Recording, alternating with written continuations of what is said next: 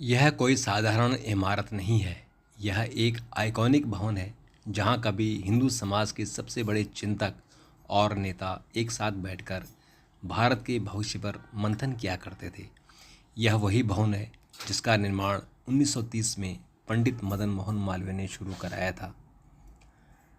इसी भवन में बैठकर लाला लाजपत राय, श्यामा प्रसाद मुखर्जी, स्वामी श्रद्धानंद, वीर सावरकर ने हिंदू समाज को एकजुट करने की रणनीति तैयार करते थे। यह केवल रणनीति नहीं थी, एक सभ्यता, संस्कृति और अस्तित्व की लड़ाई थी। हिंदू महासभा का जन्म क्यों हुआ? 1905 में बंगाल विभाजन हुआ, 1906 में मुस्लिम लीग की स्थापना हुई। इन दोनों घटनाओं ने हिंदू नेतृत्व को सोचने पर मजबूर कर दिया। पहली चिंगारी जली पंजाब हिंदू सभा से और फिर 1915 में अस्तित्व में आई अखिल भारतीय हिंदू महासभा। कांग्रेस से रिश्ता बहुत कम लोग जानते होंगे कि हिंदू महासभा कभी कांग्रेस का ही एक वैचारिक हिस्सा थी। महात्मा गांधी ने हिंदू महासभा के कार्यक्रमों में हिस्सा लिया था। 1915 में हरिद्वार में जब हिंदू महासभा का गठन हुआ तो उस वक्त महात्मा गांधी उस बैठक में शामिल थे। यह संगठन हिंदू अधिकारों की आवाज़ और राष्ट्रीय एकता का मंच था। हिंदू महासभा के प्रमुख अध्यक्ष पंडित मदन मोहन मालवीय, लाला लाजपत राय, बालकृष्ण शिवराम मुंजे, विनायक दामोदर सावरकर, श्यामा प्रसाद मुखर्जी, संत दिग्विजय सिंह जैसे प्रमुख विचारक शामिल थे। 1915 में मदन मोहन मालवीय के नेतृत्व में हिंदू महासभा सर्वदेशक हिंदू समाज की स्थापना हुई। सन 1916 में अंबिकाचरण मजूमदार की अध्यक्षता में लखनऊ में कांग्रेस अधिवेशन हुआ।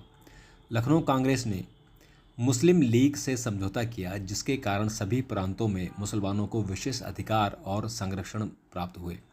हिंदू महासभा ने 1915 में हरिद्वार में कासिम बाजार के महाराजा मणिंद्र चंद्र नंदी की अध्यक्षता में अपना अधिवेशन करके कांग्रेस मुस्लिम लीग समझौते तथा चेम्सफोर्ड योजना का घोर विरोध किया। अंग्रेजों ने स्वाधीनता आंदोलन का दमन करने के लिए रोलेट एक्ट बनाकर क्रांतिकारियों को कुचलने के लिए पुलिस और फौजी अदालतों को व्यापक अधिकार दिए। कांग्रेस की तरह हिंदू महासभा ने भी इसका विरोध किया। उसी समय गांधी ने तुर्की के खलीफा को अंग्रेजों द्वारा हटाए जाने के विरोध में तुर्की के खिलाफत आंदोलन के समर्थन में भारत में भी खिलाफत आंदोलन चलाया। सन 1925 में कलकत्ता नगरी में लाला लाजपत राय की अध्यक्षता में हिंदू महासभा का अधिवेशन हुआ, जिसमें प्रसिद्ध कांग्रेसी नेता मुकुंदराव आनंदराव जयकर भी शामिल हुए। 1926 में देश के प्रथम निर्वाचन होने जा रहे थे। अंग्रेजों ने असेंबलियों में मुसलमानों के लिए स्थान सुरक्षित कर दिया था। हिंदू महासभा ने पृथक निर्वाचन के सिद्धांत और मुसलमानों के लिए सीटों सुरक्षित करने का विरोध किया। जब अंग्रेजों का साइमन कमीशन और रिफॉर्म एक्ट में सुधार के लिए भारत आया तो हिंदू महासभा ने कांग्रेस के कहने पर इसका बहिष्कार किया। लाहौर में हिंदू महासभा के अध्यक्ष लाला लाजपत राय स्वयं सेवकों के साथ कमीशन के बहिष्कार के लिए करते हुए पुलिस की लाठी के प्रहार में उनको चोट लगी और उनकी मौत हो गई। ब्रिटिश संसद ने लंदन और गोलमेज सम्मेलन आयोजित करके हिंदू, मुसलमान, सिख आदि सभी के प्रतिनिधियों को बुलाया। पंडित मदन मोहन मालवीय ने 1930 में इमारत की नींव रखी थी और तब से ये बनते श्रद्धानंद जी ने और भाई परमानंद जी ने इस बिल्डिंग को बनाने में बड़ी महत्वपूर्ण भूमिका निभाई और थोड़ा सा इसमें बिरला जी का भी योगदान रहा। ये हिंदू महासभा का भवन जो 1915 में हिंदू महासभा का गठन हुआ और 1930 में ये भवन मालवीय जी ने शुरुआत की और उसके बाद बड़े बड़े क्रांतिकारी हिंदू महासभा के अध्यक्ष रहे, जिसमें सावरकर जी भी रहे। सावरकर जी के लेकर बड़ी आलोचना होती है और नाथुराम गौडसे भी यहीं के मेंबर थे और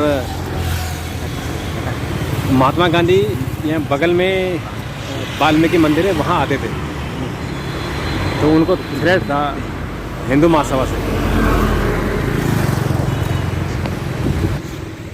विभिन्नता के बाद भी एक राष्ट्र के अंग हैं, क्योंकि इनकी संस्कृति, परंपरा, इतिहास और मित्र शत्रु भी। 1937 के प्रांतीय चुनाव में भारतीय राष्ट्रीय कांग्रेस ने भारी जीत दर्ज की, जिससे हिंदू महासभा को भारी राजनीतिक नुकसान हुआ। लेकिन 1939 में परिस्थितियां बदली। वायसराय लॉर्ड लिथनिथगो ने भारतीय जनता से परामर्श किए बिना भारत को द्वितीय विश्व युद्ध में शामिल घोषित कर दिया। इसके विरोध में कांग्रेस मंत्रिमंडलों से इस्तीफा दे दिया। कांग्रेस के इस्तीफों के बाद कुछ प्रांतों में हिंदू महासभा ने मुस्लिम लीग और अन्य दलों के साथ मिलकर सरकारें बनाई, जैसे सिंध, उत्तर पश्चिम सीमांत प्रांत और बंगाल में बने। सिंध में हिंदू महासभा के सदस्य गुलाम हुसैन हिदायतुल्लाह की मुस्लिम लीग सरकार में शामिल हुए। इस संदर्भ में वीर सावरकर ने स्वयं कहा था कि सिंध हिंदू सभा के आमंत्रण पर लीग के साथ गठबंधन चलाने की जिम्मेदारी ली। 1943 में सिंध सरकार उपमहाद्वीपीय पाकिस्तान के निर्माण के पक्ष में आधिकारिक प्रस्ताव पास किया। यद्यपि हिंदू महासभा सार्वजनिक रूप से भारत की किसी भी क्षेत्रीय विभाजन का विरोध करती थी, फिर भी सिंध सरकार में शामिल महासभा के मंत्रियों ने इस्तीफा नहीं दिया और केवल औपचारिक विरोध तक सीमित रहे। उत्तर पश्चिम सीमांत प्रांत में सरदार औरंगजेब खान के साथ हिंदू महासभा ने सरकार बनाई और मेहरचंद खन्ना 1941 में हिंदू महासभा ने ए.के. फजलुल हक के नेतृत्व में कृषक प्रजा पार्टी की प्रगतिशील गठबंधन सरकार में शामिल हुई और इसमें श्यामा प्रसाद मुखर्जी मंत्री बने। देश की आज़ादी के समय भारत का बंटवारा होने से पाकिस्तान के निर्माण से हिंदू महासभा नाराज़ थी और इसके सदस्य नाथूराम गौडसे ने महात्मा गांधी की हत्या की थी। इसके कारण हिंदू महासभा को बहुत नुकसान हुआ। यदि गौडसे महात्मा गांधी की हत्या नहीं करते तो आज यह संगठन सबसे बड़ा होता और इसकी राजनीतिक पैठ बहुत मजबूत होती। लेकिन एक घटना ने पूरे संगठन को अपूरणीय क्षति पहुंचाई। आज स्थिति यह है कि इस खूबसूरत मोन्यूमेंट के रक्षा और इसके रखरखाव के लिए भी संगठन के पास धन की कमी है। यहाँ शादी ब्याह करके खर्चा चलाया जाता है। संगठन के अलग अलग अध्यक्ष भी हैं। एक अध्यक्ष चंद्रपाणी हैं जो दाऊद इब्राहिम की कार खरीदकर उसे जलाने के कारण चर्चा में आए थे, और दूसरे अध्यक्ष मुन्ना कुमार शर्मा हैं। इन दोनों के बीच में असली अध्यक्ष कौन है, इसके लिए मुकदमा चल रहा है। एक व्यक्ति और हैं जो गुजरात में है, अपने आप को हिंदू महासभा का अध्यक्ष कहते हैं। काफ़ी जगह बहुत खूबसूरत जगह है और ये उस ज़माने का जितने भी पुराने भवन हैं वो इसी तरह से है। इस तरह से यहाँ शादियाँ होती रही।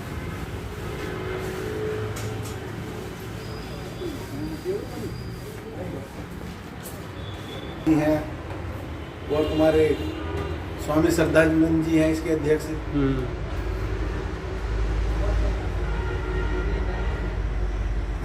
उनका सन भी है वहीं से, ऊपर से लाओ, ऊपर से करते हुए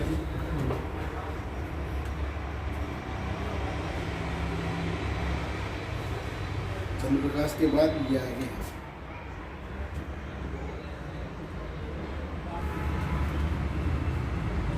ये 1930 का ये टेबल 1930। इसमें श्यामा प्रसाद मुखर्जी, वीर सावरकर कभी आते थे? सावरकर जी के ये बैठे करे ऐसे, सावरकर जी बैठ कर पढ़ते थे इस अखबार। अच्छा, सावरकर जी इसी में अखबार, इसी में अखबार पढ़ते थे बैठ कर। ये उनका टेबल था। अच्छा, और ये उनका टेबल, बीच वाला जो टेबल है। हाँ, और नीचे का बड़े मोटे मोटे पाए बना ये पाए हैं। तो ये सावरकर जी का टेबल, यहाँ आते थे सावरकर जी। और ये भी उसी ज़माने की है, ये अलमारी। तो इनकी सभाएं सब यहीं होती थी।